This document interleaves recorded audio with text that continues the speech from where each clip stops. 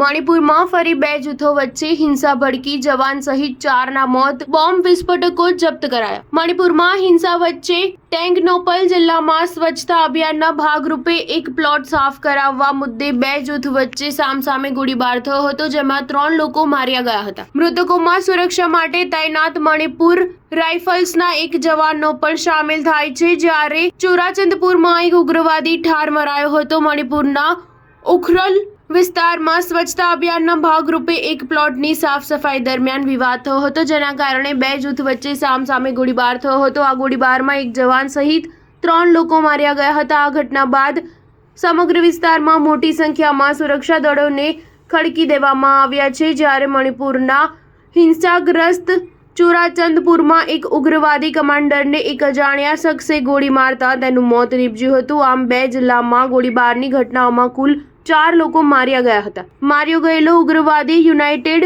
Cookie national આર્મીનો સભ્ય છે. દરમિયાન ટેંગનોપલ જિલ્લામાં મોટા પાયે સર્ચ ઓપરેશન હાથ ધરાયું હતું, જે દરમિયાન સુરક્ષા દળોએ મોટા પ્રમાણમાં હથિયારો જપ્ત કર્યા હતા. જપ્ત હથિયારોમાં 10 મોટા વિસ્ફોટક ડિવાઇસ, 11 નાના કદના આઈઈડી, 42 દેશી ગ્રેનેડ્સ, 7 36 ગ્રેનેડ્સ, 2 ચાઇનીઝ ગ્રેનેડ્સ, 34 પેટ્રોલ બોમ્બનો સમાવેશ થાય છે. સ્ટાર ન્યૂઝ 7 હંમેશા સચ્ચાઈની સાથે.